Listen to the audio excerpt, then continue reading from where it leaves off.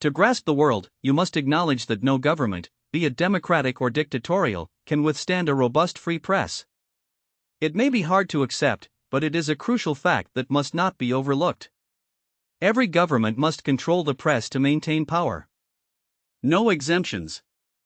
Choose a country in America, Canada, or Europe that you believe would never engage in such behavior.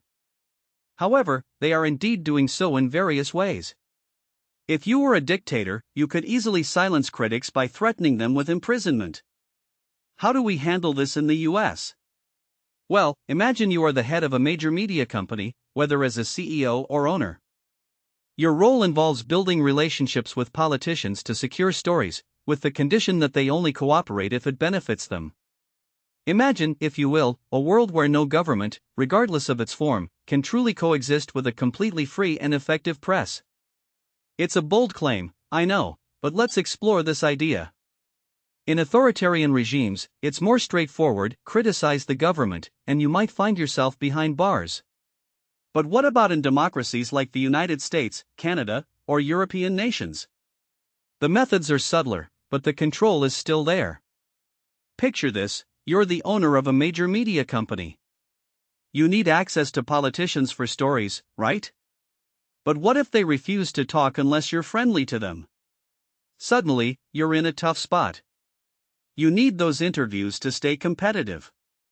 Then imagine the intelligence agencies approach you. They ask you to withhold a story for national security. You refuse, citing journalistic integrity. But then they hint at potential legal troubles, regulatory hurdles, or audits that could make your life difficult. On the flip side, playing ball might get you invited to exclusive events, maybe even the White House. Over time, this pressure can create a sort of Stockholm syndrome in the media. Journalists and executives might start to identify with the interests of those in power, perhaps without even realizing it.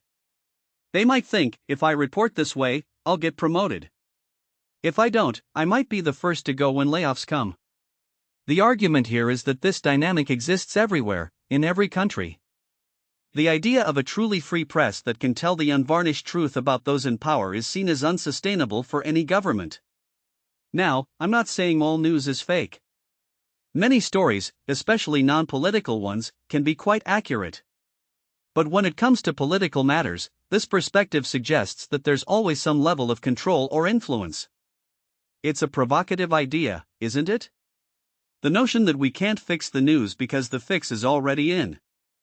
That maintaining a certain narrative is seen as necessary for national stability, whether we're talking about the US, China, or any other nation. I present this to you not as absolute truth, but as a thought-provoking perspective. It challenges us to think critically about the information we receive and the complex relationships between media, government, and power. What do you think? Does this resonate with your observations, or do you see things differently?